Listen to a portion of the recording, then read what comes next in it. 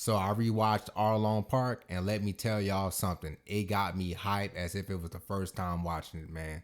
This is this piece of the East Blue arc, man, is so good, man. It is so good, man, with the Nami backstory and the fight with Arlong. Everything about this piece of the East Blue arc is so good. Everything about Arlong Park is so good, man. Especially Arlong himself, man.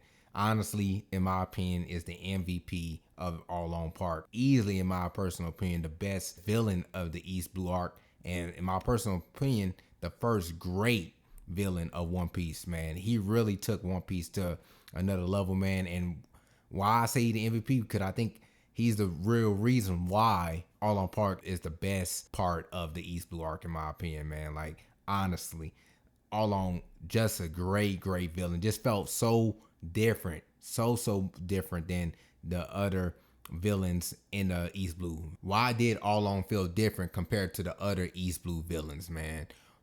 Was it the character design? Was it the build up, to his to Arlong, or was it, his villainous behavior, man? And I kind of here to tell you, man, it's all three, man. The character Arlong was so well done. Oda did a immaculate job of building this character up, the design of the character, and then the villainous behavior that you see in the Nami flashbacks. He had the mixture of all three that makes a great villain, in my personal opinion.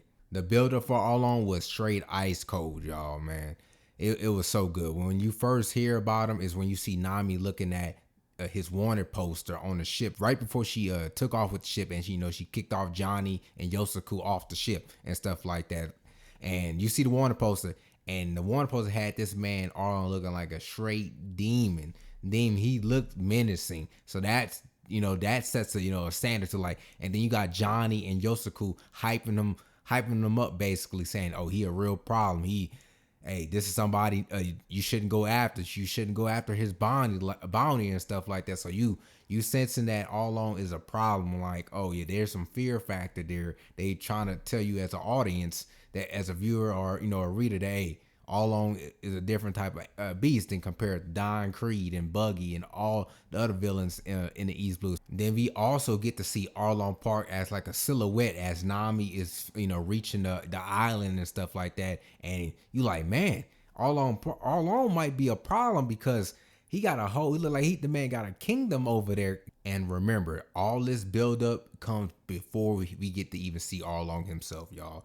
This is why it's so good. It's so good. So the next piece of this build up is huge. Like, it made it seem like the way it was worded, it made it seem like Arlong is on par with Jinbei and Mihawk. Now, as a viewer that's seen One Piece, we know that is not the case. The way that Johnny and not Johnny Yosuke talked about Mihawk and Jinbei in this Pacific scene makes it feels like Arlong is on par with Mihawk and Jinbei. He's on that level. Basically, you get Luffy and Sanji and Yosuke sailing to get Nami, right? Going to the island. They left after Zoro and Usopp and Johnny went prior, right? You basically have Yosuke talking about Arlong, right, and talking about just hyping him up, monster. Then kind of repeating the same thing he has said before, that he said to Nami and stuff like that. And then he mentions the warlords, and he mentions Jinbei, right? He said basically Mihawk's a warlord, and there's 7 of them basically. And remember, we just seen Mihawk pack up Zoro with the ease, and he would have packed up Luffy with the ease as well. We kind of all know that, right? So we know Mihawk is very strong, right? Then he mentions another fishman, which is Jinbei. He says the fishman Jinbei is also a warlord, and so that's kind of saying that Jinbei is on par with Mihawk, right? And then you hear the statement here, statement by Yosuke. He basically says, I'm kind of paraphrasing here. Yosuke says he's basically, and Arlong, the fishman Arlong, is on par with Jinbei, right? Now we know, since we watched One Piece, that Arlong is not close to Jinbei or Mihawk. But if you're a first time viewing this, this is basically saying that Arlong is as strong as Jinbei and Mihawk, and making Arlong feel like he is a real threat, and this is somebody that you do not want to mess with. If you go off what we seen Mihawk just do to Zoro, And what he could have done to Luffy, like he could have packed a Luffy, and most people know that, right? We would assume that Arlong is it will pack up Zoro and Luffy, our strongest hitters, and Sanji as well, our strongest hitters, right? If you the first time view, like we might be biting off more than we can chew here with this, right? We should not be trying to go fight Arlong, right? Basically, off the statement, the fisherman Arlong is on par with Jinbei, in which who is a warlord, which we know Mihawk's a warlord, and we just saw Mihawk pack up Zoro with the E, so we know Mihawk's strong. So we know Mihawk's a warlord, Jinbei's a warlord. So we saying, oh, Jinbei got to be as close to as Mihawk, and then you was basically saying Arlong is on par with Jinbei, right? And you like, okay, hold on, nah, Arlong gotta be a problem, y'all. That is excellent build up, action, misdirection, and stuff like that in character building for a character that we haven't even seen yet. This is before we even see the man they making him feel like he the ultimate threat. After all that build up, you get to see Arlong for the first time, and you instantly see that he is built different compared to the other East Blue villains, y'all. That man is swole. He got the ish on that drip. That man got the Navy in his back pocket as well, right? You know, he goes on his soliloquy saying how he hates humans, and stuff like that. But if he could talk money together, we could work together, basically. You know what I'm saying? Like, he can tolerate you as a human if he could talk that money together, right?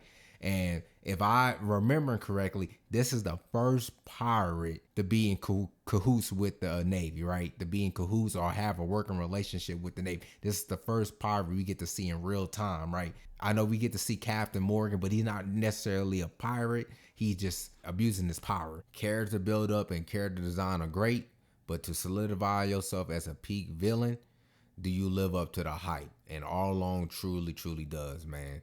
This man was a straight menace in Arlong Park the whole time, right? In the flashback, after the flashback, a straight menace, man. He popped Bellamy right in front of Nami and Nojiko. Then he also, basically sends the Navy to collect the treasure that Nami collected so that she could buy Kokoyashi Village from Arlong. That's basically the deal that they had, right? So he did those two things was insane. Straight menace vibes, because we get to see Bellamere, the family and stuff like that, the emotional behind it, and he pops them right in front of no remorse.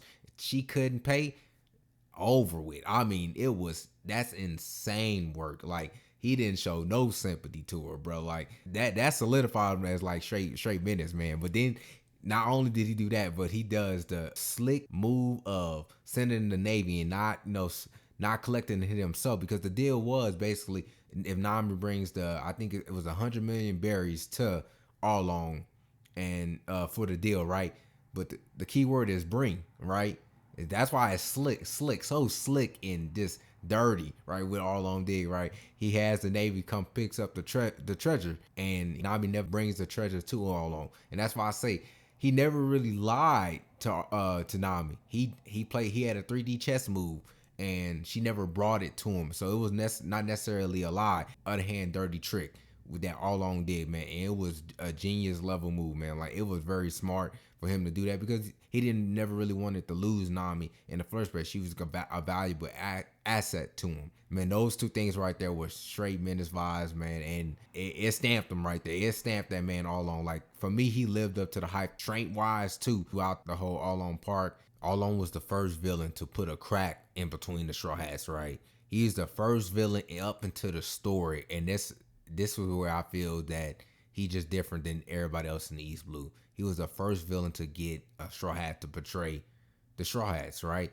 Nami basically, betrayed him, took the ship. Now, we know the reasoning behind it, but at that point, she betrayed him, and he's the first villain to get that to happen, to put a crack between them. That's why I think everything was so emotional, even more, that he did bad things to people that we didn't know, like, the civilians and stuff like that. He attacked one of our own, and that's why it hurt even more. All the things that he did was, to one of the Straw Hats, to the people that we know, we watching their story unfold, and that's why it hurt even more compared to just, people that we didn't know. Ultimately, Arlong Park had many iconic moments, but these moments aren't iconic without having an iconic villain in Arlong himself. Luffy putting the straw hat on Nami, the walk up to Arlong Park with Luffy, Zoro, Sanji, and Usopp. Luffy destroying Nami's room. Luffy destroying